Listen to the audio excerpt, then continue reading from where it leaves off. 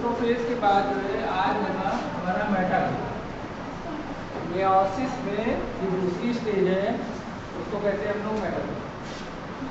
और मेटाफेज में क्या मेन चीज होती है? मेटाफेज में आप लोग माइटोसिस पढ़ के आए, उसमें देखा था कि मेटाफेज पे ये इक्वेटर पर क्रोमोसोम अरेंज हो जाता है।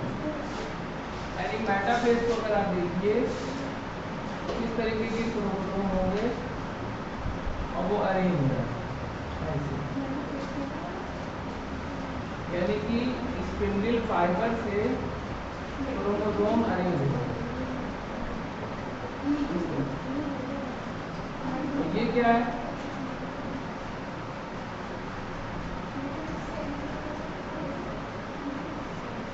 सेंट्रियोल है। ये क्या है? सेंट्रोमियर है। ये क्या है? स्पिंडल फाइबर है।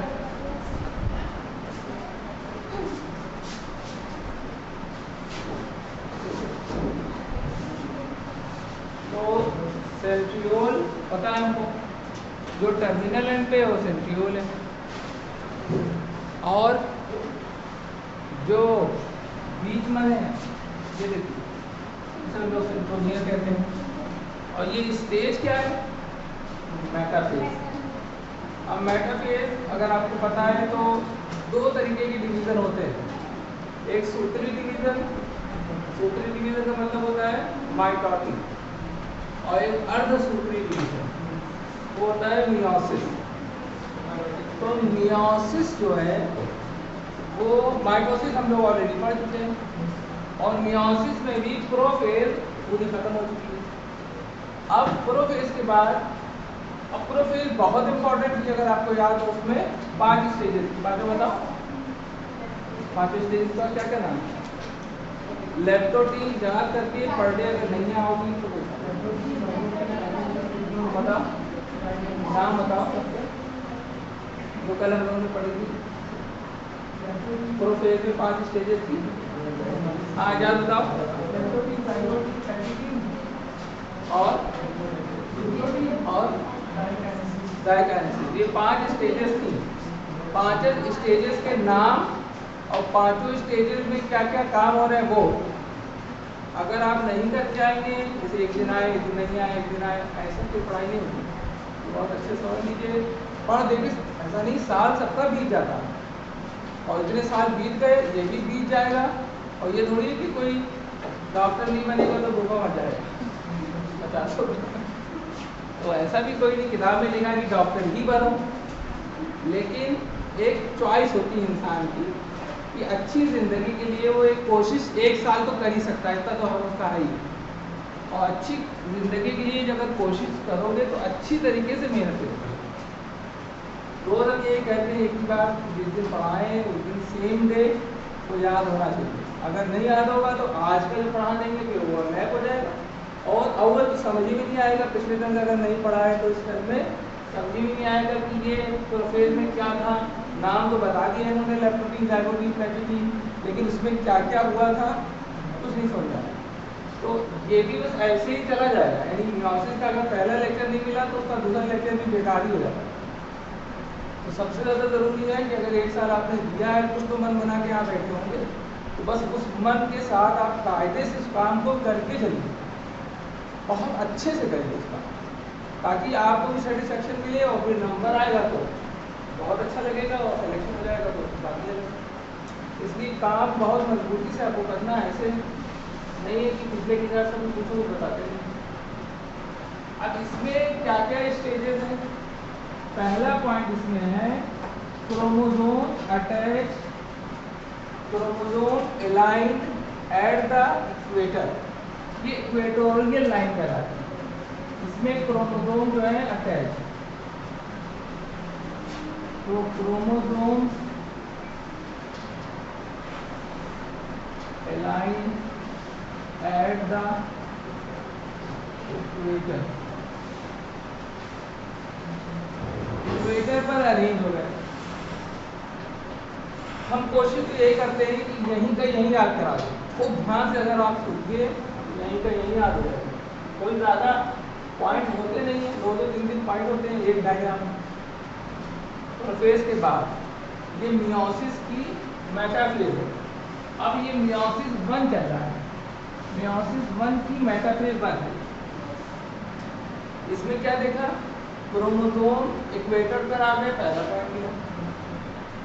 क्रोमोसोम किससे जुड़े हैं, स्पिंडल फाइबर से जुड़े हैं। ये सेंट्रियोल है और ये सेंट्रोमियर है। तो स्पिंडल फाइबर आपसे पूछेगा वो किस चीज का बना होता है स्पिंडल फाइबर। तो स्पिंडल फाइबर बना होता है माइक्रोट्यूब्यूल। अब माइक्रोट्यूब्यूल क्या होती है, ट्यूब होती है इतनी पतली कि बाल के 1/100 टुकड़े कर दिए जाए। मतलब एक बाल को 100-1000 टुकड़ों में बांट दिया जाए और उसमें से एक टुकड़ा और उसके अंदर पाइपलाइन, इतनी पतली माइक्रोट्यूब्यूल। तो माइक्रोट्यूब्यूल बहुत ज़्यादा थी उसी से स्पिंडल फाइबर। तो अलाइंड एट द इक्वेटर। उसके बाद क्या, दूसरा पॉइंट क्या है, spindle fibre connect centromere to centriole. ये पॉइंट ही लिखो, स्पिंडल फाइबर। अब ये धागे हैं, इसी को स्पिंडल फाइबर बोल रहे हैं। स्पिंडल फाइबर कनेक्ट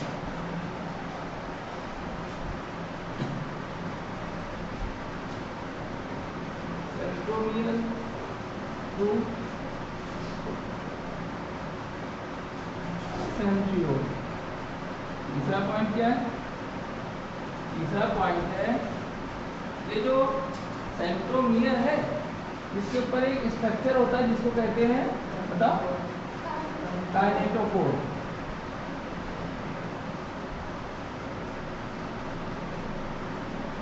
तो काइनेटोकोर से अटैच रहता है spindle fibre. Spindle fibre attach with kinetochore.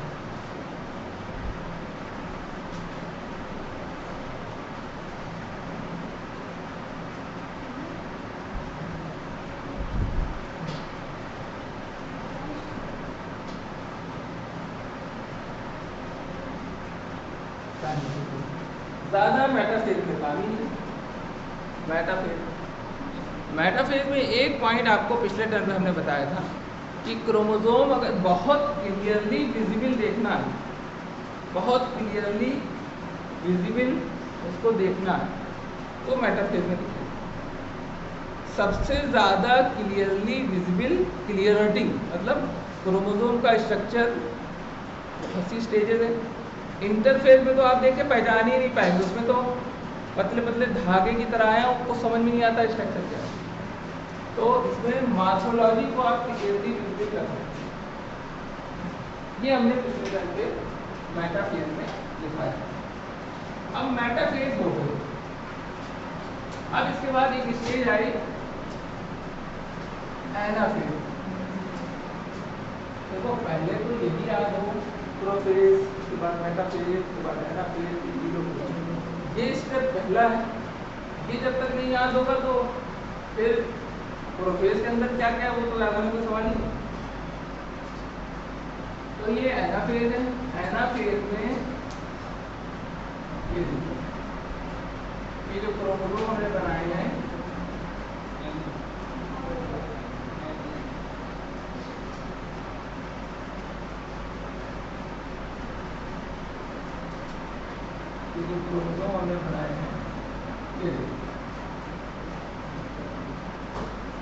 ये मूव करेंगे पोल्स की तरफ। यानी देखिए बहुत ध्यान से, पिछले टर्म पे हमने बनाया था ये और इसको बीच से काटा था, याद है, और कटे हुए हिस्से को इधर और इधर भेजा था। पिछले टर्म पे माइटोसिस मेथड पे तो वहां पर एनाफेज में सेंट्रोमियर कटता, यहाँ पर एनाफेज में सेंट्रोमियर कटता नहीं है, स्प्लिट नहीं होता है, स्प्लिट नहीं होता। ये बहुत अच्छे से याद रखिए। और दूसरा क्वेश्चन क्या है, तो पहला क्वेश्चन इसमें पॉइंट बना के लिख लेते हैं। सेंट्रोमियर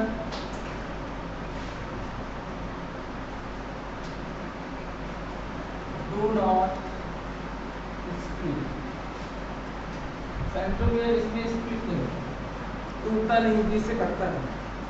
तो आपको क्या पता चला, मियोसिस के एनाफेज, मियोसिस 1 के एनाफेज 1 में सेंट्रोमियर नहीं कटता है, ये बात समझ गई।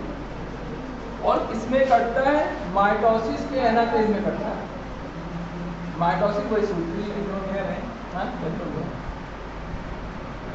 इसमें कटता है, किसमें नहीं कटता है, ये तो क्वेश्चन है।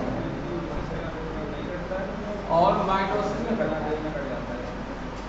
और देखिए इसमें क्या पॉइंट है, देखिए इसमें ये देखिए, ये क्रोमोसोम अगर आपको याद हो पिछले टर्म पे, ये क्रोमोसोम जो है हमने ऐसे बनाए थे, ये क्रॉस ओवर क्रोमोसोम थे, वही से लेके आए थे यहाँ। तो ये क्रॉस ओवर क्रोमोसोम है, इसमें आधे क्रोमोसोम उधर ऊपर चले जाएंगे, आधे नीचे चले जाएंगे। तो आपसे पूछा जाए कि कौन सी ऐसी स्टेज है जिसमें क्रोमोसोम डिप्लॉइड से हैप्लॉइड होते हैं, तो है यानी कि आपको ये पता है कि मियोसिस में क्रोमोसोम आधे हो जाते हैं, ये आपको पता है। मियोसिस में क्रोमोसोम आधे इसलिए हो जाते हैं क्योंकि मियोसिस के दौरान गैमीट का फॉर्मेशन होता है। माइटोसिस में आधे नहीं होते, एग्जैक्ट 2n के 2n ही रहते, हाँ डिप्लॉइड का डिप्लॉइड ही रहता है। और माइटोसिस में क्या होता है, डिप्लॉइड से हैप्लॉइड हो जाता है। तो डिप्लॉइड से जब हैप्लॉइड होगा वो कहाँ होगा, इसमें होगा। तो देखिए ये ऊपर चले जाएगा 2n के पूरे, n ऊपर चलेगा, n नीचे चले आएगा। तो इसमें जो है क्रोमोसोम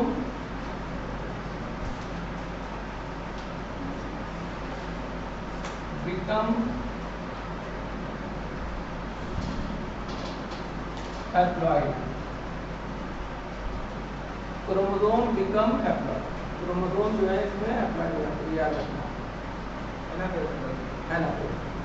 मेटाफेज में डिप्लॉइड ही रहता है, हाँ मेटाफेज में डिप्लॉइड रहेगा, इक्वेटर पर रहेगा, अलाइन है। 3 पॉइंट हो गए। इसमें move toward the pole, diploid से हैप्लॉइड, और सेंट्रोमियर डज नॉट स्प्लिट। अगर इस स्टेज के साथ ये 3 पॉइंट याद हो गए तो काम आएगा। जैसे भी इसको आपको याद करना है, अब जब सोचेंगे तब शुरुआत होगी, अब जब पढ़ना शुरू करेंगे तो 100 बातों में से 10 बात याद होगी, पहली बात, उसके बाद 15 होगी, फिर 20 होगी, एक टाइम ऐसा आएगा 100 में 60-70 याद होने लगेगा।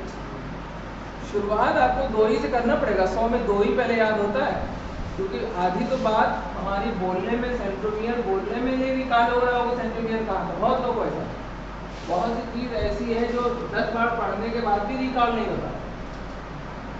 पढ़ाई लिखाई में रचना बसना पड़ता है, बिल्कुल उसमें चले जाना पड़ता है, तब जाके ये आपके साथ आती है।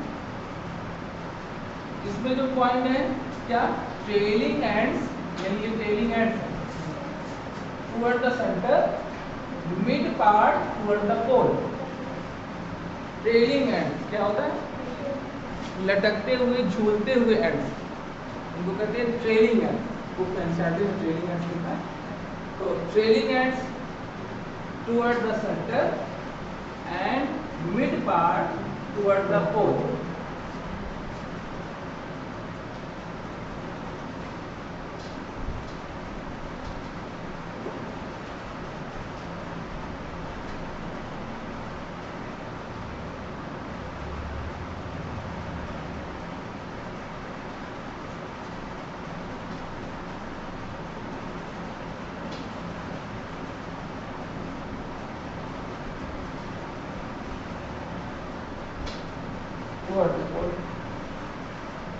बस कितने पॉइंट, 3 पॉइंट है, ज़्यादा पॉइंट नहीं। इसके बाद क्या है?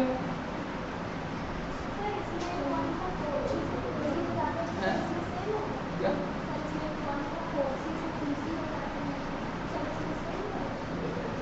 4C से 2C वो इसमें नहीं होगा, वो मियोसिस 2 में होगा। ये मियोसिस 1 बड़ा, मियोसिस 1 2 में होगा। मियोसिस 2 जो है वो माइटोसिस ही तो है। अब ये कहाँ तक बात हुई, बहुत देखो धीरे धीरे चल रहे हैं, आराम से एक एक चीज समझना है आपको, बहुत ज़्यादा जल्दी करने की नहीं। हमारा मेन पॉइंट क्या है कि ये स्टेजेस में क्या क्या हो रहा है, ये नीचे लिखा है, ये हम जो बता रहे हैं इसको आप ये यहाँ से तो समझें। ये बात अब क्या, अब एक फेज बची जो लास्ट है, दैट इज द टीलोफेज।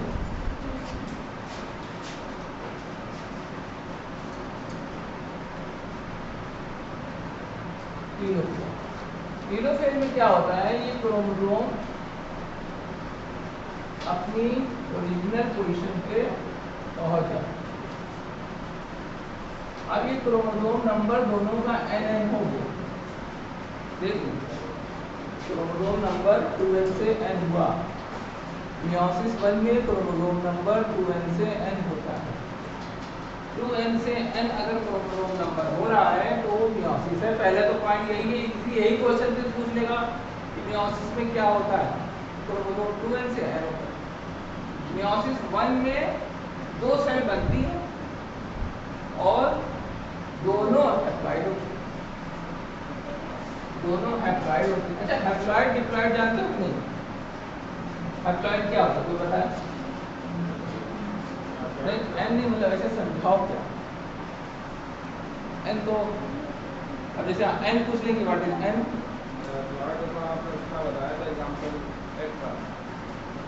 नहीं हैप्लॉइड कहते किसको, कुछ तो हैप्लॉइड के बारे में समझा। वो तो जैसे इन्होंने एन कहा, हम पूछे एन क्या है, तो जैसे तुमने कहा एग, तो एग क्या है, ऐसे नहीं। देखो बता दो, हमारे पास जो है हमारी एक सेल में 1 pair, 2 pair, 3 pair, 4 pair, 5 pair, ऐसे करके 23 पेयर है। हाँ, 23 पेयर हमारी एक एक सेल में, तो न्यूक्लियस के अंदर होते हैं, केंद्रक के अंदर, केंद्रक है न्यूक्लियस हिंदी में कहते हैं, उसके अंदर होते हैं 23 पेयर होते हैं, ठीक। तो ये अकेले ये वाला और एक ये वाला और ये वाला और ये वाला सबका पहला पहला ले लो, दूसरा ना लो, तो हो गया हैप्लॉइड। यानी कि 2 में से एक ही है ना, तो हो गया हैप्लॉइड। जी सर, जी, हाँ हाँ,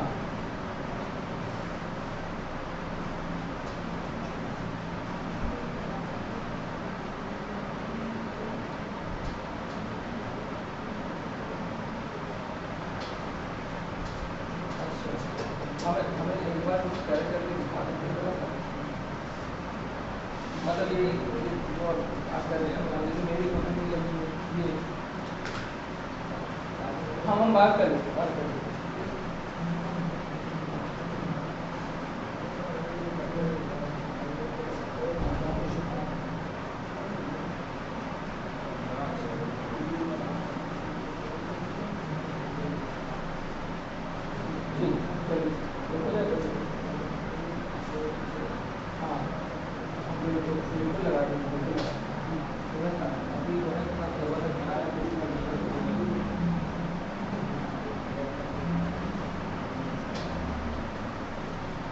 तो यहाँ पर जो है वो आप देखा आपने, ये एक हिस्सा ये डबल था, अब इसका एक हिस्सा एक न्यूक्लियस में जाएगा, दूसरा दूसरे न्यूक्लियस, तो इसे एक हिस्से को कहेंगे हैप्लॉइड, दूसरे हिस्से को कहेंगे, ठीक।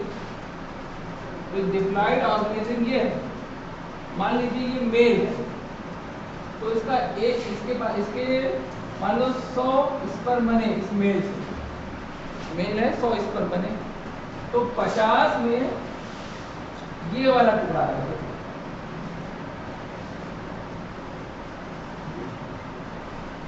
और 50 में कौन सा आएगा देखिए, ये ये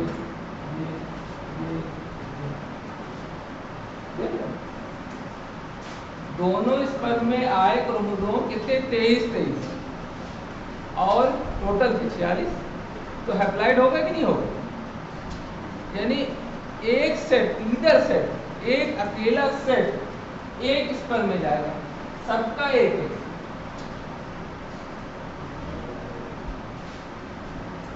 सबका एक एक जो है वो उससे जाएगा, इसको कहते हैं हैप्लॉइड। यही हुआ है डिप्लॉइड में पूरा। हाँ ये नहीं, डिप्लॉइड में 46 है, 46 का होगा डबल, यानी 2 सेट बनेंगे, और 2 सेल में 46 जाएंगे। हाँ इसमें डबल नहीं होगा, इसमें उसी में से क्रॉसिंग ओवर करने के बाद कट के जाएंगे। तो ये हमें हैप्लॉइड और डिप्लॉइड की बात कर रहे हैं, ये हमारी सेल बन। अब इसमें क्या है, प्रोफेज में क्या हुआ था, न्यूक्लियोलस डिसअपीयर हुआ था, यहाँ रीअपीयर हो जाएगा, यहाँ लिख लेते हैं हम लोग, न्यूक्लियोलस रीअपीयर। और क्या, न्यूक्लियोप्लाज्म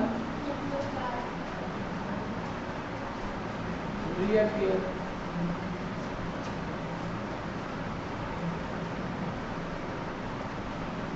और nuclear membrane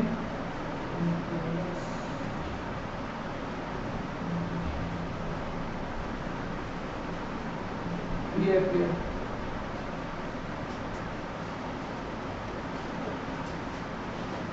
nuclear membrane reappear.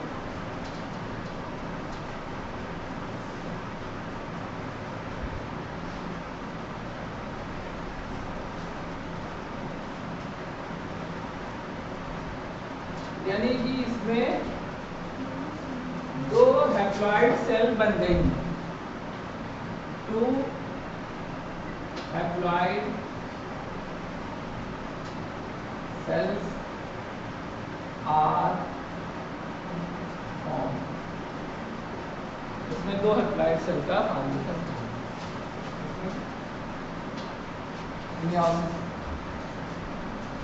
2 haploid cell का फॉर्मेशन नोट कर लीजिए आप लोग,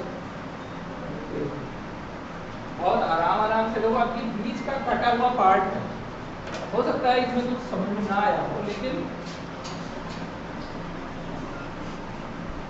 लेकिन ये कुछ टुकड़े तो आए होंगे, जैसे मेटाफेज में इतना होता है, प्रोफेज का नहीं पता, तो कल हुआ था। ये पता हो गया कि एनाफेज में भागते हैं क्रोमोसोम, ये पता हो गया कि ये क्या कम है भाई, एक ही एक बूंद करके तो बाल्टी भरेगी। और ये पता चल गया कि ये टीलोफेज है, और ये सबसे लास्ट वाला होता है, और इसमें 2 हैप्लॉइड सेल बनती है। बस इतना टुकड़ा पकड़ लो, जितना टुकड़ा दिखे उतना टुकड़ा पकड़ लो, पीछे का जो छूट गया है वो फिर से वो कई बार कराते हैं। अब नीट से 1 हफ्ता पहले जहाँ तक हमें याद है एक पढ़ाया,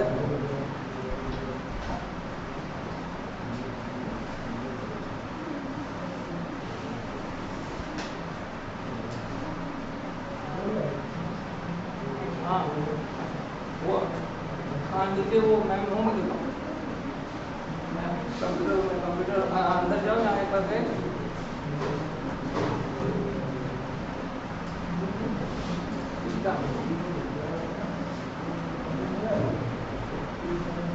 और आवाज दो, कंप्यूटर रूम में जाओ,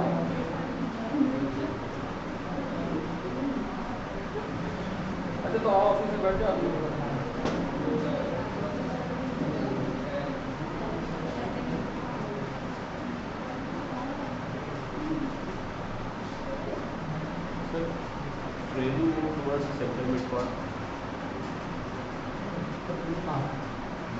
ये trailing and toward the centre, मतलब ये ट्रेलिंग है, लहराते हुए के टुकड़े, ये सेंटर की तरफ भाग रहे हैं, सेंटर से। टर्मिनल नहीं कह सकते, समझने के लिए टर्मिनल नहीं कह सकते। टर्मिनल है, कुछ भी कह लो, उससे कोई फ़र्क नहीं है, लेकिन जो एनसीईआरटी की लैंग्वेज है वो ज़रा प्रेफर करते हैं, वो लैंग्वेज ऐसा ही पूछेगा डायरेक्ट। तो ट्रेलिंग यहाँ समझोगे, वहाँ ट्रेलिंग दिखेगा तो ज़्यादा प्रॉब्लम ही नहीं आनी है। फिर उसमें मतलब जैसे ट्रांसलेट करने की भी ज़रूरत नहीं कि इंग्लिश से हिंदी में करो फिर समझो, वो टाइम बचेगा तुम्हारा। इसलिए टू द पॉइंट जो बुक की लाइनें हैं हमको यही पूरी कोशिश करते हैं, सारे पॉइंट आप जाके मिलाइए, तब आपको थोड़ा इजी करके हमने एनसीईआरटी की लाइनों को पॉइंट बनाना लिखे। और ऐसे ही क्वेश्चन इस बार भी आया और सालों से ऐसे ही। बहुत ध्यान इसमें आपको देना है कि पॉइंट्स वो जो दिए वो याद करने, प्लस वो एनसीईआरटी के हो तो मच बेटर है, एनसीईआरटी के अगर हो तो मच बेटर। इसको नोट कर लीजिए। इसके बाद आपने क्या लिखा है फर्स्ट पॉइंट इसमें न्यूक्लियोलस रीअपियर, मैंने चेक बात माना था ये क्या है, रीअपियर, रीअपियर पुनः दिखता।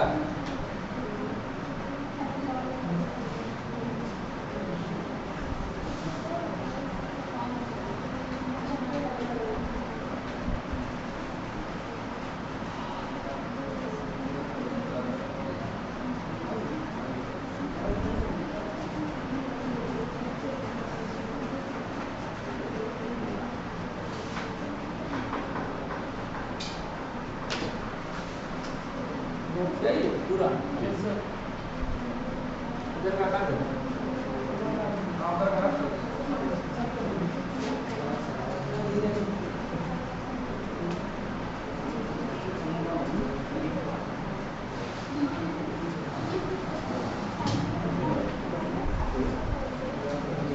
अभी हमारी बात हो गई मियोसिस 1 पूरी खत्म हो गई, मियोसिस 1 पूरी खत्म हो गई। अब क्या करना है, मियोसिस 2 यानी सेकंड मियोसिस जो है,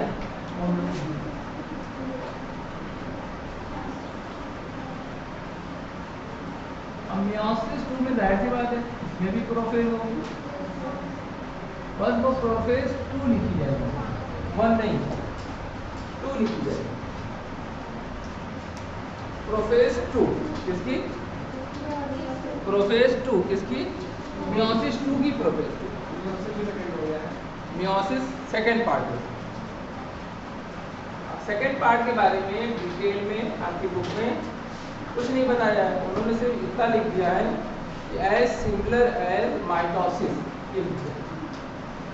तो माइटोसिस की तरह है ये लिखा है, लेकिन हम यहाँ पर पूरी माइटोसिस फिर से करेंगे ताकि ये जितनी माइटोसिस छूटी है उसकी कवर करें।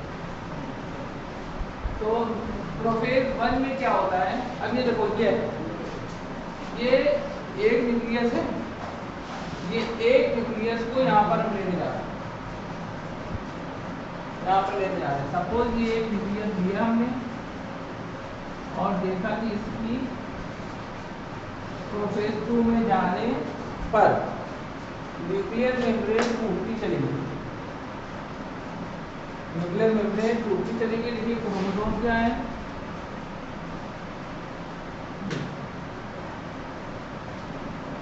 क्रोमोसोम इस तरीके से दिखने लगे। दोनों को नहीं करेंगे, एक को करेंगे और एक को करेंगे तो 1 से 2 बनेगी, यानी फाइनली मियोसिस में दोनों मियोसिस में 4 सेल बनती है, दोनों मियोसिस में 4 सेल बनती है। अब प्रोफेज में क्या हुआ दिखा है आपको। पहला पॉइंट क्या है, पहला पॉइंट है कि इसमें जो न्यूक्लियर मेम्ब्रेन थी और nucleolus, nucleolus nuclear membrane and nucleoplasm and nucleoplasm disappear, फिर से प्रोफेज में हमेशा डिसएपियर ही होता है। ये सब मिक्रोफेज को डिसएपियर क्यों होता है, क्योंकि क्रोमोसोम की अलाइनिंग होनी है ना, यहाँ जब ये टूट जाएगा तो ये मेटाफेज की तरह दिखने लगेगा, इसलिए।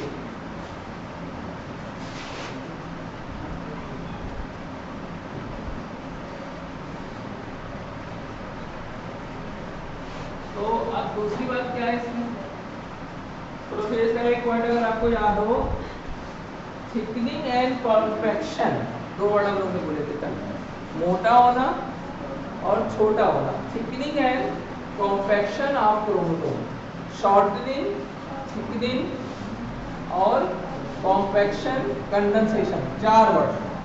मोटा हो जाएगा क्रोमोसोम, लंबा है, कोई चीज मोटी हो जाएगी तो वो छोटी हो जाएगी, दिखने लगेगी आसानी से, पहले दिख नहीं रही। तो इसमें हमें इंग्लिश में एक वर्ड होता है सघन होना, यानी कि कॉम्पैक्ट होना, कॉम्पैक्शन,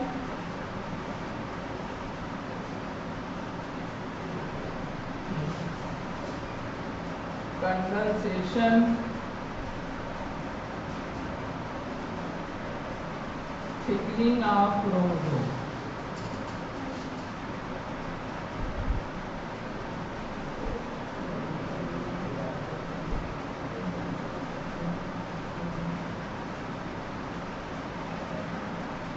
दूसरा पॉइंट क्या है बताओ, स्पिंडल फॉर्मेशन। हाँ, स्पिंडल फॉर्मेशन स्टार्ट, यानी प्रोफेज में स्पिंडल फॉर्मेशन जब स्टार्ट होगा तो मेटाफेज में बन चुकेगा।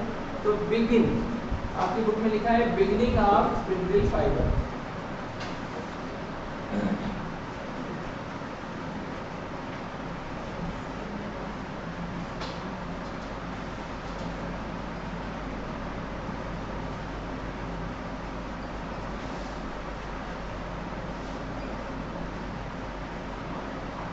Beginning of spindle fibre formation.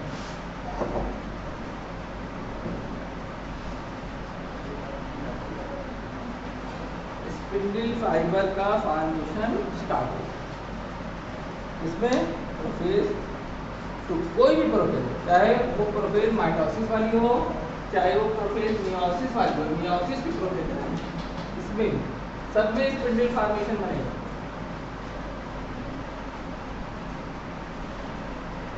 अब क्या होगा इसके बाद, कौन सी स्टेज है बताओ? Metaphase, metaphase second, metaphase. Metaphase में क्या होगा, जब पूरा सा मियोसिस सेकंड जो है माइटोसिस के जैसे होता है। हाँ, या खाली से प्रोसेस नहीं, सब पूरा मियोसिस सेकंड ना। हाँ, ये समझ लो कि ये मियोसिस सेकंड भी पढ़ रहे हैं और माइटोसिस भी पढ़ रहे हैं, सेम, बिल्कुल एग्जैक्ट सेम।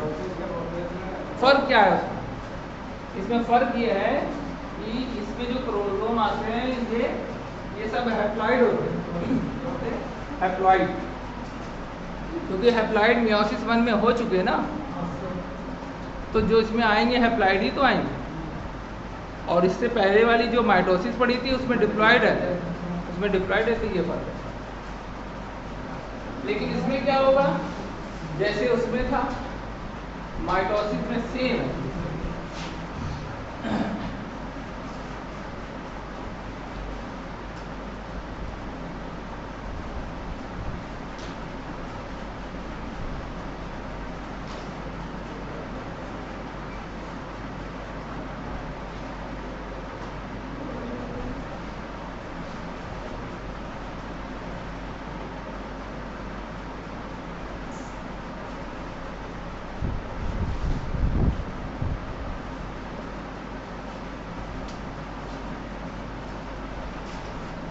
अब इसका क्या पॉइंट होगा, chromosome aligned at the equator. इतनी बार एक बार को रिवाइज करते हैं, अगर चाहो तो यहीं का यहीं याद होगा। घर में तुम्हारा टाइम जो है वो नहीं बेटा, घर में तुम्हारा टाइम एक बार देखो, 2 बार देखो, याद हो जाएगा आपको। फिजिक्स वगैरह लगाओ, चीजें लगाओ। यहाँ पे पहला पॉइंट क्या है, क्रोमोसोम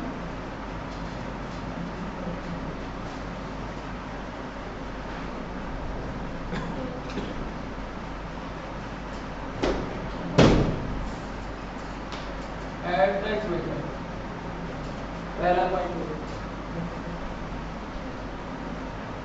दूसरा पॉइंट क्या है इसमें? दूसरा पॉइंट यही है कि हाँ, स्पिंडल फाइबर कनेक्ट सेंट्रोमियर कह लो या काइनेटोमियर टू सेंट्रियोल। दूसरा लिख लेते हैं।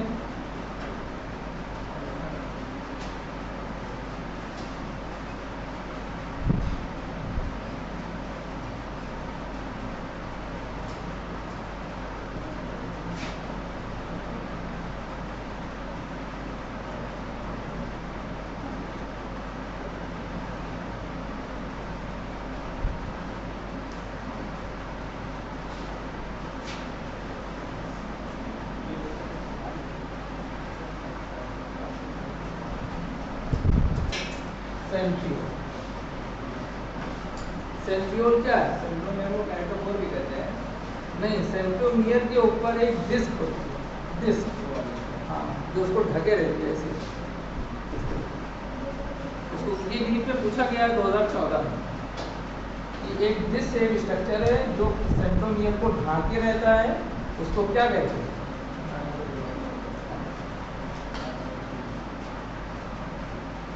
ये बात बहुत ज़्यादा ध्यान देनी है कि किस टाइप के क्वेश्चन, हम तो सब इसमें बताते रहते हैं कौन सा क्वेश्चन कब पूछा गया और क्या पूछा गया, ये बहुत ज़्यादा ध्यान दें। इससे आपको आइडिया मिलेगा कि आपको का जो चलने का डायरेक्शन है, तैयारी का जो डायरेक्शन है, वो सही जा रहा है कि गलत जा रहा है। पढ़ते पढ़ते अगर आपको ये आइडिया नहीं है कि हम पता नहीं सही सही चीज़ें पढ़ रहे हैं जो वहाँ इम्पोर्टेंट है, आती है, या फिर उल्टा सीधा नॉलेज के लिए पढ़ रहे हैं, हमें पता ही नहीं कि क्या सही क्या गलत, तो फिर गड़बड़ है। इसलिए क्वेश्चन को ज़रूर इसमें पहचानना है आपको कि क्वेश्चन क्या आता है। अब इसके बाद क्वेश्चन एक आया, इसके बाद कौन सी स्टेज? इसके बाद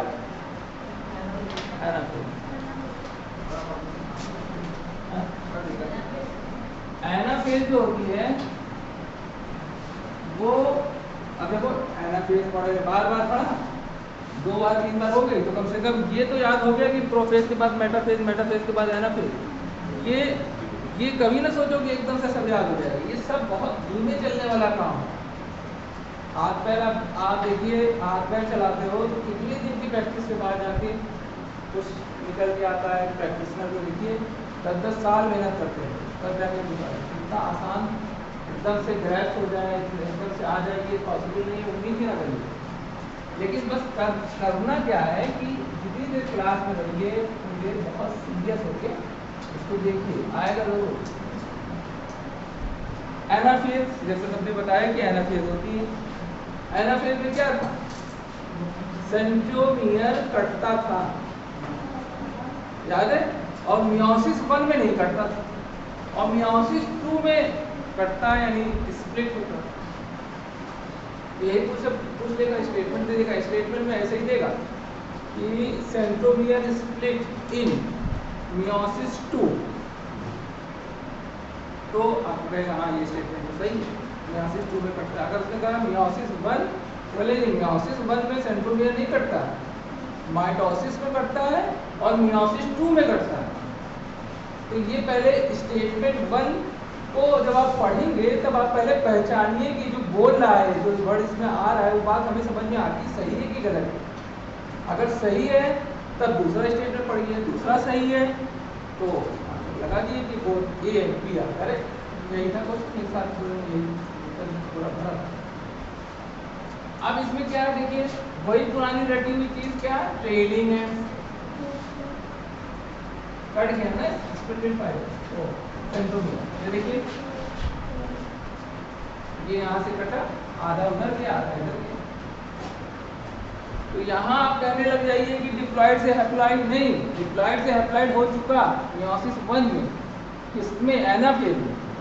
जब क्रोमोसोम आधे ऊपर चले गए थे, आधे नीचे चले गए थे। यहाँ तो कट के जा रहा है, जहाँ कट के जाते हैं वहाँ डिप्लॉइड से हैप्लॉइड नहीं होता, वहाँ कॉपी बनती है। और जहाँ बिना कटे जाते हैं पूरे पूरे, वहाँ पर डिप्लॉइड से हैप्लॉइड होते हैं।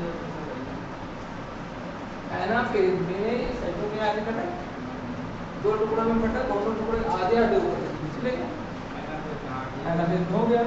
मियोसिस, अगर मियोसिस में चलो 1 में पहले, हाँ, तो उसमें क्या था, कटा नहीं था ना, तो पूरा ये टुकड़ा, ये पूरा टुकड़ा एक तरफ, ये पूरा टुकड़ा दूसरी तरफ, ये उसमें याद होगा हमने डायग्राम में इसमें हम एक बनाते हैं और इससे पहले वाले डायग्राम में मेयोसिस वन में हमने दो बनाए थे, एक और ये दो, ताकि हम एक को नीचे भेज दें, एक को ऊपर भेज दें, और जब काटना है तब हम एक ही बनाएंगे, क्योंकि तो बीच से काट के एक थोड़ा नीचे एक टुकड़ा ऊपर।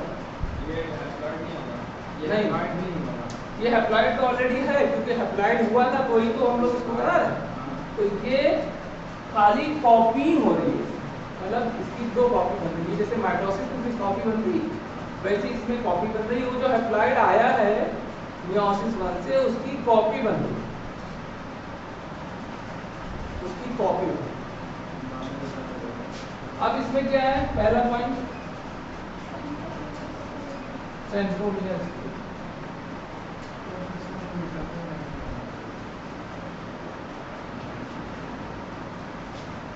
सेंट्रोमियर इसमें स्प्लिट, और क्या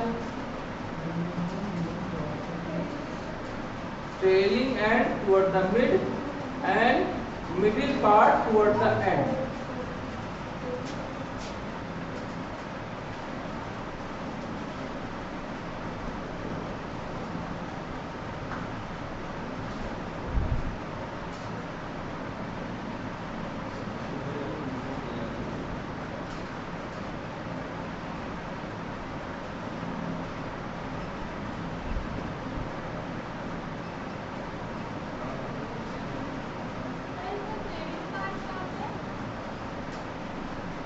ट्रेलिंग है,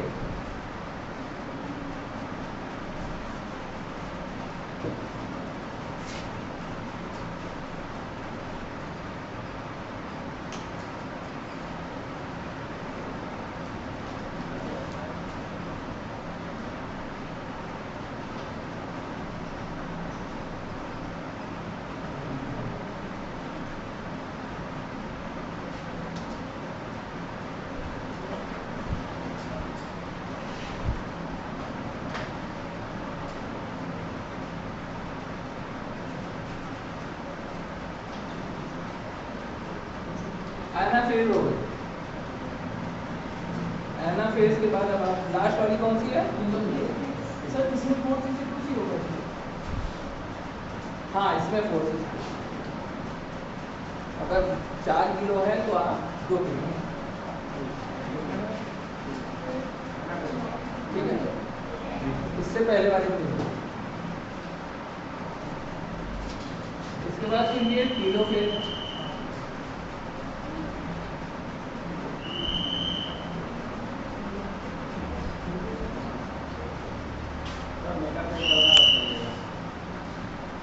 मेटाफेज को बता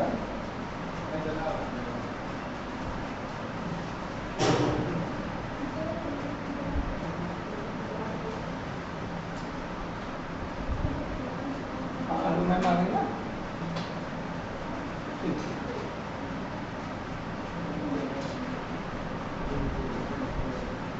किलो फेज, अब ये देखो, ये सब चले आए ऊपर, ये देखो ये चले आए ऊपर, 2 सेकंड। अब ये एक को वहां से लेके चले थे और 2 बनी, तो 2 होते दोनों जाएंगी तो 2 होते 4 बनेगी। तो मियोसिस में एक सेल से 4 सेल बनती, और माइटोसिस में एक सेल से 2 सेल बनती। ये भी क्वेश्चन है।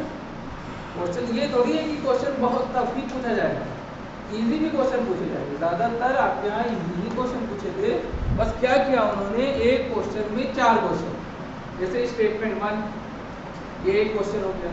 अब एक क्वेश्चन में स्टेटमेंट 1 अगर आपको पता है तो आपका एक क्वेश्चन बना वो, स्टेटमेंट 2 2 क्वेश्चन हो गया, स्टेटमेंट 1 का एक्सप्लेनेशन स्टेटमेंट 2 में है कि नहीं, 3 क्वेश्चन हो गए। तो एक क्वेश्चन में 3 क्वेश्चन, बात समझे ना? ऐसे उन्होंने इसको कर दिया क्या, कॉम्पैक्शन, क्वेश्चंस का कॉम्पैक्शन किया। अब आपको 3 क्वेश्चन अगर पता करेंगे तब आपको फिर 4 नंबर मिलेगा, 3 क्वेश्चन अगर वो आपको पता हो। अब 3 क्वेश्चन में हो सकता है एक पूछे कि टेलोफेज स्टेज में 2 सेल बनती है, एक क्वेश्चन ये हो गया, तो ये पता है तुमको, तो 4 नंबर मिलने चाहिए, नहीं मिलेंगे, ये पता है। इसके बाद ये भी पता है कि सेंट्रोमियर एनाफेज में डिवाइड होता है, तो मैं कहा ये बात भी सही है, 2 चीज पता है। तब स्टेटमेंट 1 भी पता है, स्टेटमेंट 2 भी पता है, तब तुम कह सकते हो स्टेटमेंट 1 एंड 2 आर करेक्ट।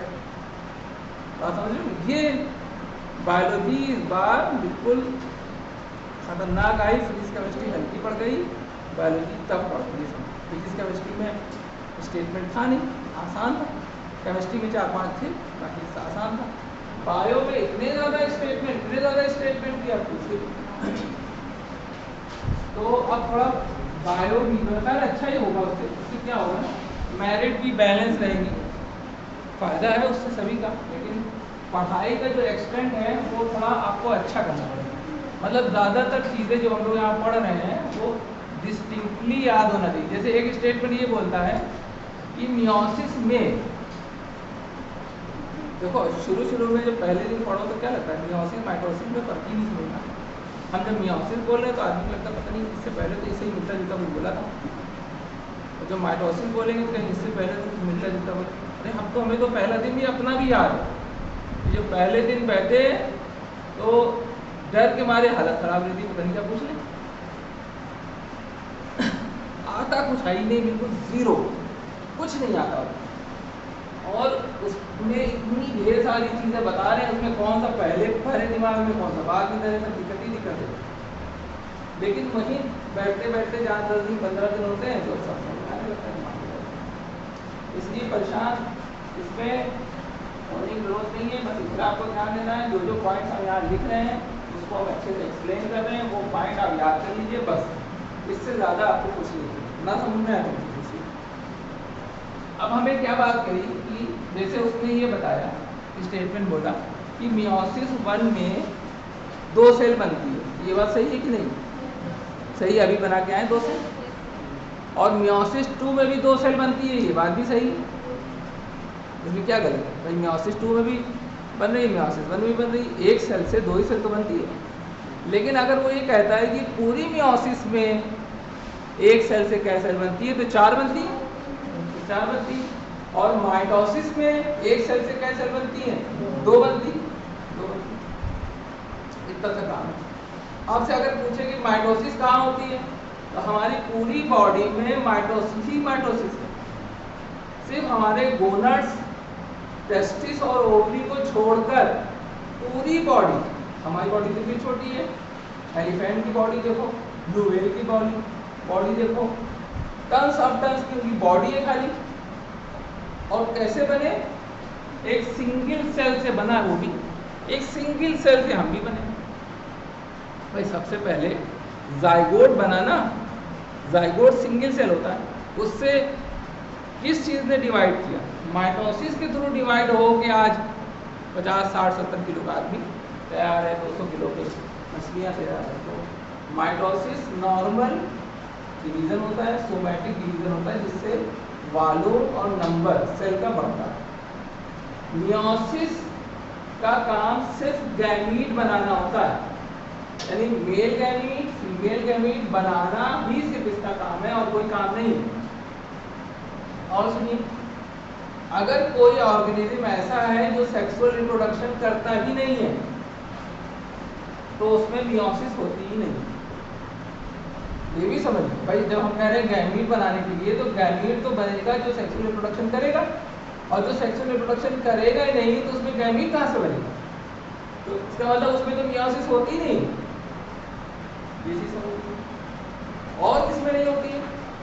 जैसे फंजाई है, फंजाई की पूरी बॉडी ही हैप्लॉइड है, मतलब उसमें जैसे हमने 2 सेट बनाए थे नहीं, एक पेयर दूसरा पेयर, उसमें एक ही पेयर होता है खाली, सब में एन ही होता है सारी सेल, उसमें डिप्लाइड होता ही नहीं। ये चौंकने वाली बात नहीं है। Fungi is the largest kingdom of the world. Fungi दुनिया का सबसे बड़ा किंगडम है, सबसे ज्यादा ऑर्गेनिज्म उसके है। फफूंदी वाला, इसको हम लोग कहते हैं फफूंदी है, कवक कहते हैं, और जो अचार वगैरह में लग जाता है, पक्षियाँ वगैरह, रस्ट होता है, रस्ट उसमें वो, तो इतना बड़ा किंगडम है और हैप्लॉइड। इसमें मियोसिस कहाँ हो पाएगी? इसमें मियोसिस होगी तो क्या हो जाएगा मालूम? n तो पहले ही है, n/2 नहीं हो जाएगा, और n/2 बायोलॉजी में नहीं होता है, 2n होता है और n, यानी सबके पेयर है तो 2n, सबका एक एक है तो n। ठीक, अब ये टीलोफेज आखिरी स्टेज, टीलोफेज का वही रटाया word, 2 nuclei are form, nucleolus reappear, nuclear membrane reappear और न्यूक्लियोप्लाज्म रीअपियर, प्रोफेज में डिसअपियर, यहाँ पर रीअपियर, यहाँ पर विलुप्त होता है, यहाँ पर पुनः प्रतीत होता है। तो यहाँ पर क्या लिखना है बोलिए, न्यूक्लियोलस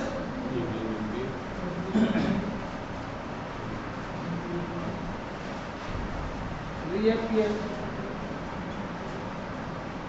न्यूक्लियर मेम्ब्रेन रीअपियर,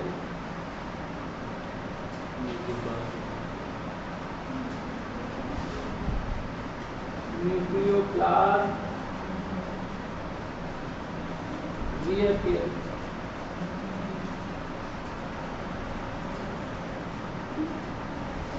और टीलोफेज में क्या, 2 न्यूक्लियस बन के तैयार होगा, न्यूक्लियस ही तो है ही, 2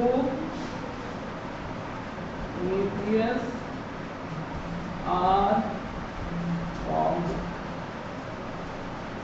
2 न्यूक्लियस बन के एक किसी बात।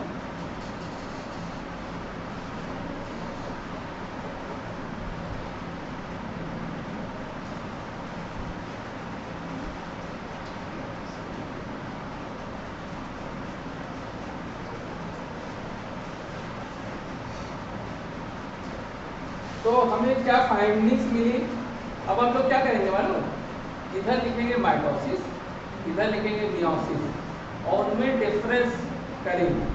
देखिए सबसे अच्छा तरीका क्या होता है याद करने का, डिफरेंस के पॉइंट से याद करें। मेमोरी बढ़ाने का जो कहते हैं कि हमारी याददाश्त कम है, तो आप डिफरेंस करिए। जैसे आपने देखा होगा कि बच्चों में दो जो है वो जैसे 2 डॉग बना देते हैं और कहते हैं कि बच्चों से कंपेयर करो कि इसमें कान नहीं है और किसमें आँख छोटी है, किसकी आँख बड़ी है, कंपेयर करते हैं। वो इसीलिए किया जाता है कि बच्चों की मेमोरी बढ़ाने के लिए। और आपको अगर हम बताएं बिल्कुल शॉर्ट में कम मेहनत में कुछ पढ़ना है तो कंपेरेटिव पढ़िए। वजह क्या है, जैसे माइटोसिस हमने पढ़ाया वो भूल गई, तब मियोसिस याद हुई, जब मियोसिस पढ़ेंगे तो माइटोसिस भूल जाएगी, तो एक चीज़ आती है दूसरी चीज चली जाती है। तो ऐसा करेंगे हम लोग कि इधर माइटोसिस और उधर मियोसिस, और सारे स्टेजेस को जो हमने पढ़ा है, 3 टर्म तो हो ही गया, 3 टर्म में जितने जो हमने पढ़ा है सबको फिर से रिकॉल करें। तो इसको आप नोट कर लीजिए, फिर हम रिकॉल करेंगे सारा। अपनी तरफ से कोई भी कोशिश ऐसी नहीं छोड़ेंगे कि आपकी कहीं से कोई पॉइंट वीक हो। आपसे उम्मीद हमें है, आपसे रिक्वेस्ट है हाथ जोड़ के कि प्लीज़ आप लोग दूसरे दिन वो याद करके आइए सिंसियरली। भाई 4 घंटा आपसे हम लेते हैं, 20 घंटा तो आपके पास रहता है ना, तो 20 घंटा आपके पास बहुत है। 20 घंटे में 4 घंटा 5 घंटा आप जो है वो कुछ भी करिए, कम से कम 5-7 घंटा तो आप पढ़ ही सकते हैं, इसमें तो कोई। और 5-7 घंटा अगर आप पढ़ लेंगे तो कुछ भी नहीं बचे, सब याद है। नहीं तो ये वक्त ऐसे बीतता चला जा रहा है, वो भी बीत जाएगा। और अभी तक इतने साल बीते तभी तो इतने बड़े हो गए, बीतने का ना चाहिए आप। वक्त सबका कट जाता है, कहते नहीं कि वक्त सबका कट जाता है, किसी का थोड़ा अच्छा किसी का थोड़ा बुरा। इसलिए अभी कुछ बिगड़ा नहीं, अभी कहने का फायदा है। अब वो 4 महीने बाद अगर ये बात कहेंगे तो फायदा कम नहीं हो जाएगा, 4 महीने में चलेगा। और आखिरी में 11 महीना में जब हो जाएंगे तो कहेंगे तब तो 1 ही महीना नहीं छोड़ेंगे, तब कहने का क्या है। इसलिए बिल्कुल अलर्ट हो जाइए, सारी दुनिया की खुशी किनारे रखिए। और खुशी हम बताएं, खुशी कुछ होती नहीं है, ये खुशी मन के अंदर जो केमिकल्स होते हैं इनकी वजह से निकलती है। और जो केमिकल हैं ये आपको खुश करते हैं, आपको हम एकदम से टेंशन में आ जाते हैं, कैसे एकदम से मूड ख़राब हो जाता है, एकदम से कैसे तो ये सोचिए कि सब केमिकल की वजह से हमें अपना काम करते रहिए।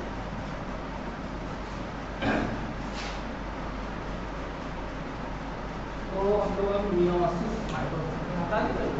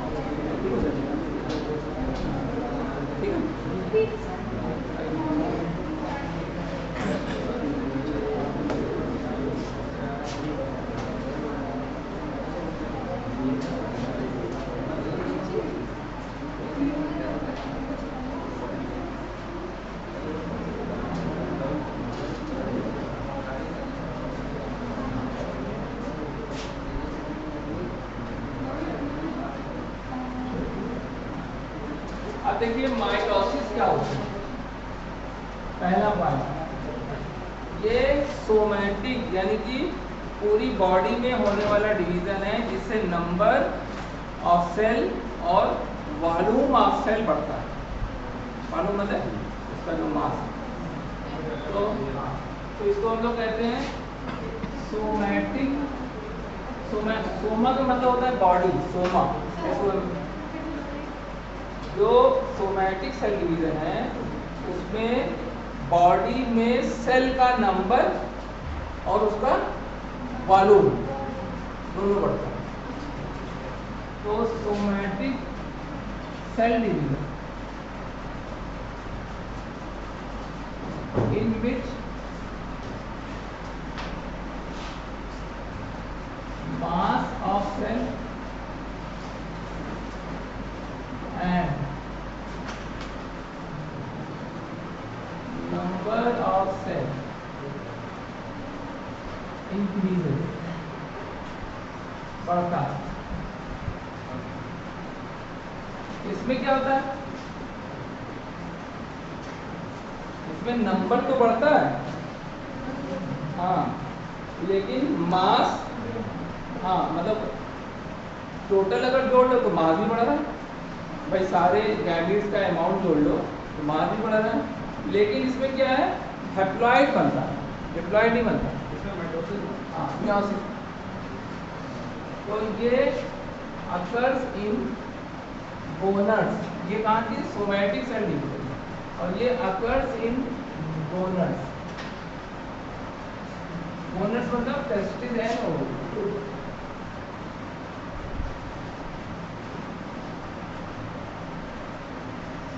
Testis and ovary. Number increases।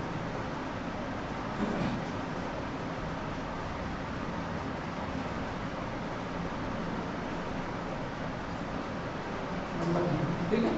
अब क्या?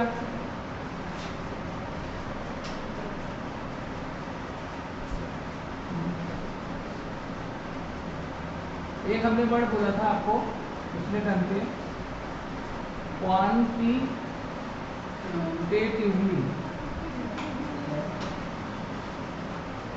क्वांटिटेटिवली एंड बताओ क्वालिटेटिवली।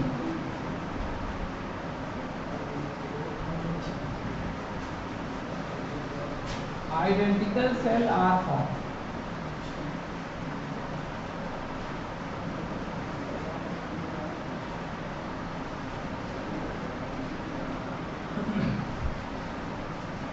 याद रखिए, जो सेल बनेगी वो इक्वल बिल्कुल कॉपी होगी, जैसे फोटोकॉपी आप करते हैं माइटोसिस, एग्जैक्ट फोटोकॉपी की तरह आइडेंटिकल सेल बनेगी। इसमें नॉट सो, ऐसा नहीं होगा, इसमें आइडेंटिकल सेल नहीं बनेगी, ये ध्यान रखो।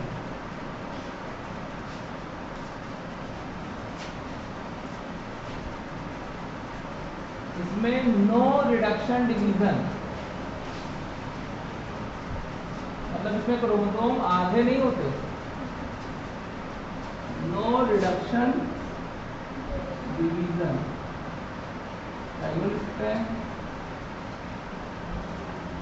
क्रोमोसोम्स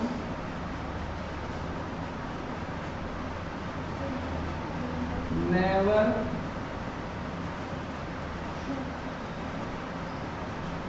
हाफ, कभी भी आधे नहीं होंगे, इसमें आधे होते हैं।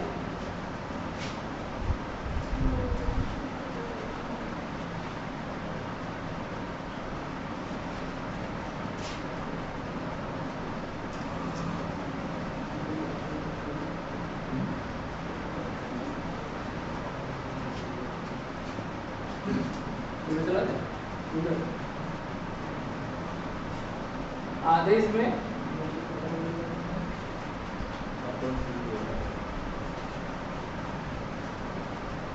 और क्या आप लोग मुझे बताइए, इसमें क्या होता है? इसमें एनाफेज में सेंट्रोमियर स्प्लिट होता है, यही होता है क्या? तो सेंट्रोमियर स्प्लिट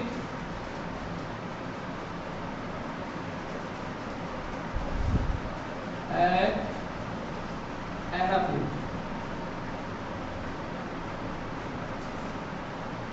इसमें क्या है?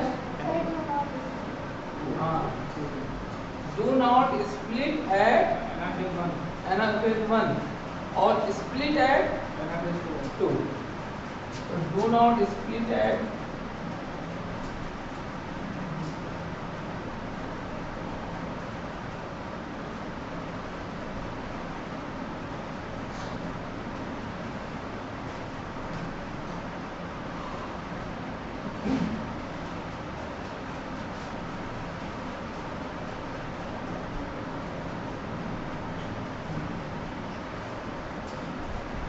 ये जो होती है ये 2 स्टेप में होती है। तो meiosis is divided into 2 step, meiosis 1 and meiosis 2। इसमें 2 स्टेप नहीं होते। और इसमें कितनी सेल बनती है? 4 हैप्लॉइड की डिप्लॉइड, हमेशा हैप्लॉइड बनेगी। मियोसिस में गैमीट बनना है तो गैमीट में डिप्लॉइड बनती ही नहीं, हमेशा हैप्लॉइड बनती है। 4 haploid cells formed after meiosis 1 and meiosis 2। meiosis 1 और 2 में 2 हैप्लॉइड सेल बनते हैं। इसमें क्या है? 4 इसमें 2 बनते हैं, 2 diploid cells are formed।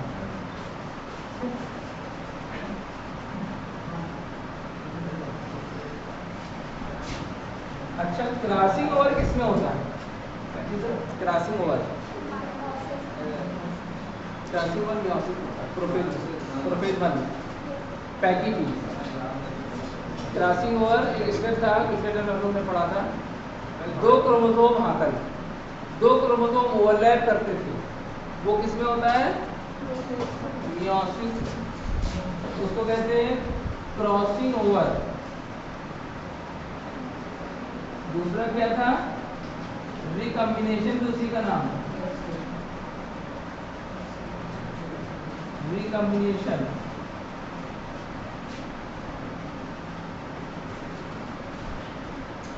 Are present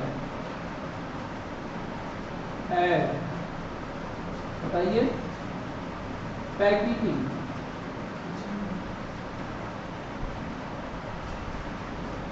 team में होता है क्रॉसिंग ओवर और रिकॉम्बिनेशन। इसमें क्या होता है?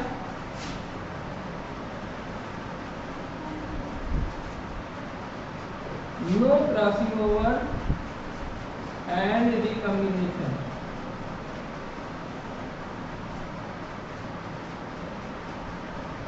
एंड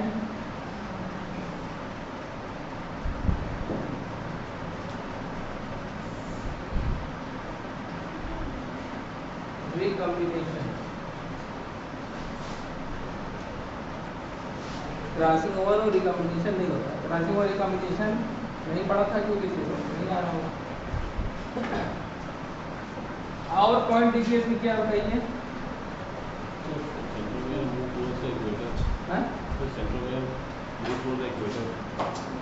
हाँ, इक्वेटर दोनों पे तो सिमिलरिटी है। मेटाफेज में इक्वेटर पर आ जाता है तो सिमिलरिटी इसमें डिफरेंस हो जाता है। और मियोसिस में क्या होता है? बताओ दीप्ति, मियोसिस में क्या होता है जो माइटोसिस में नहीं होता? कोई एक ऐसी चीज बताइए जो मियोसिस में हो, माइटोसिस में ना हो। कितने पॉइंट छोड़ दिए?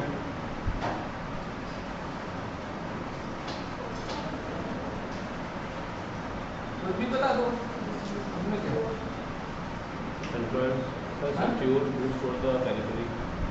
तो सेंट्रल इसमें भी हो सकता है, दोनों हो। ऊपर की तरफ तो हर में जाता है, एनाफेज में सबसे होता है। हाँ, काइमेटा फॉर्मेशन यहाँ होता है, यहाँ नहीं होता। ये पॉइंट सही है, काइमेटा फॉर्मेशन।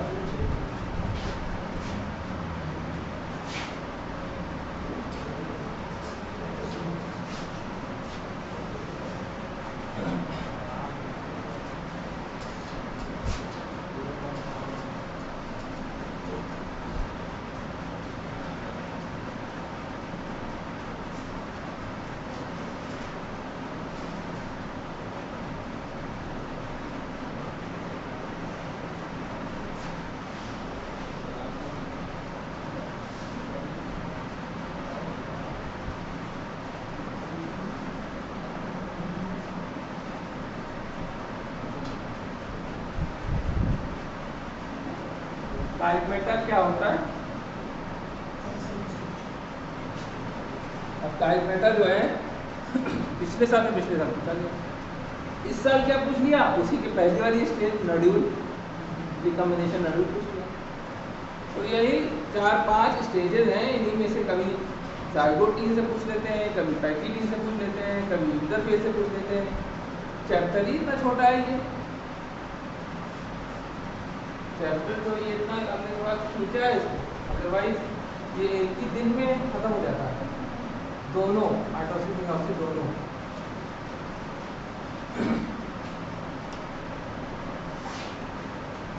और बताओ,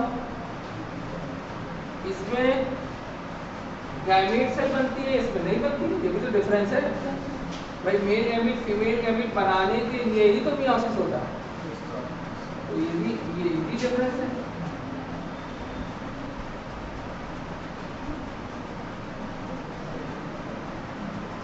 Gametes are formed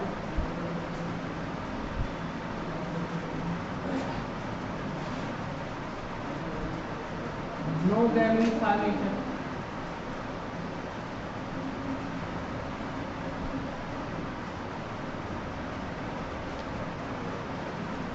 माइटोसिस में गैमेट का फॉर्मेशन ऐसी कोई चीज नहीं है।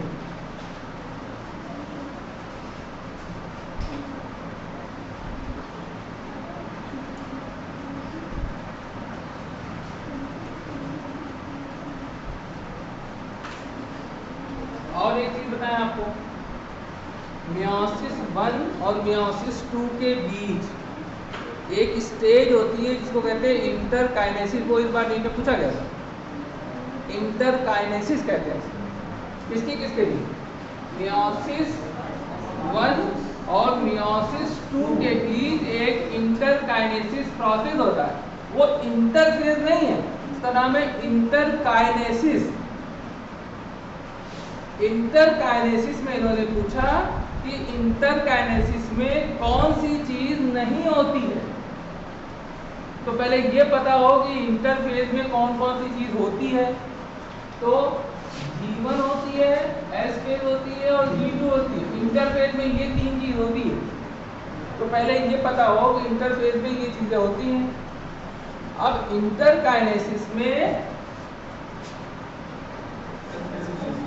एस फेज नहीं होती है। ये क्वेश्चन था कि ये मतलब क्वेश्चन सही, ये जो वर्ड लिखा ये बात सही है कि गलत है, ये बात पूछा था स्टेटमेंट है। तो और इंटरकाइनेसिस मियोसिस 1 और मियोसिस 2 के बीच होगी, माइटोसिस में होगी ही नहीं। माइटोसिस इस वाले में इंटरकाइनेसिस नहीं होगी। तो एक पॉइंट हमारा बन गया। कौन सा point? Point number 9,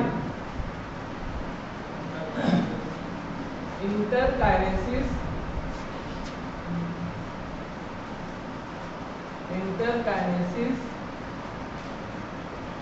is the gap between बोलो meiosis 1 and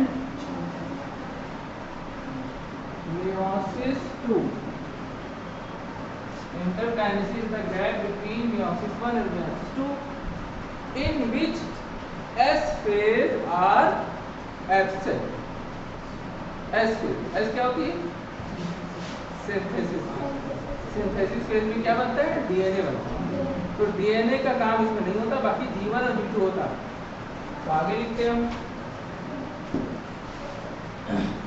in which S phase are absent। अब हम आपसे अगर पूछें कि मियोसिस से पहले एक इंटरफेज होती थी, तो वो मियोसिस में होगी कि माइटोसिस में होगी कि दोनों में होगी? इंटरफेज स्टेज होती है, इसको हम लोग तीन भागों में डिवाइड करते हैं, G1, S, G2। ये माइटोसिस से पहले हम लोग ने पढ़ी थी। तो क्या है, मियोसिस से पहले भी होती है? हाँ, दोनों में होती है। तो इंटरफेज स्टेज दोनों में होती है, माइटोसिस से पहले और मियोसिस 1 से पहले। नहीं, 1 से पहले, 2 से पहले तो ये इंटरकाइनेसिस, इंटरफेज है ना, और इंटरकाइनेसिस अलग अलग। तो इसमें क्या आपको पढ़ना है? 9वें पॉइंट का जो अपोजिट लिखना है, no interkinesis.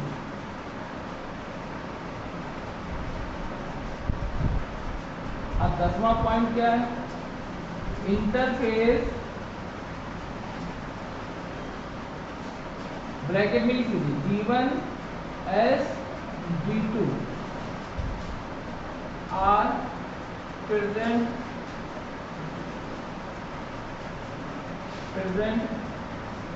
Before the mitosis. कोई प्रॉब्लम नहीं, माइटोसिस से पहले हम लोगों ने बल्कि एकदम पूरा लगा था खाली G1, S, G2 पर। अब इसमें क्या है देखिए, यहां पे भी इंटरफेज है, हाँ, लेकिन मियोसिस 1 से पहले। और insert phase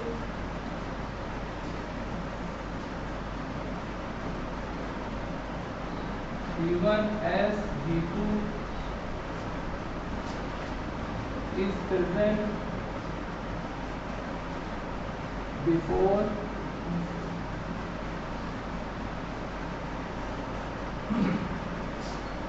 meiosis 1. Before meiosis 1 से पहले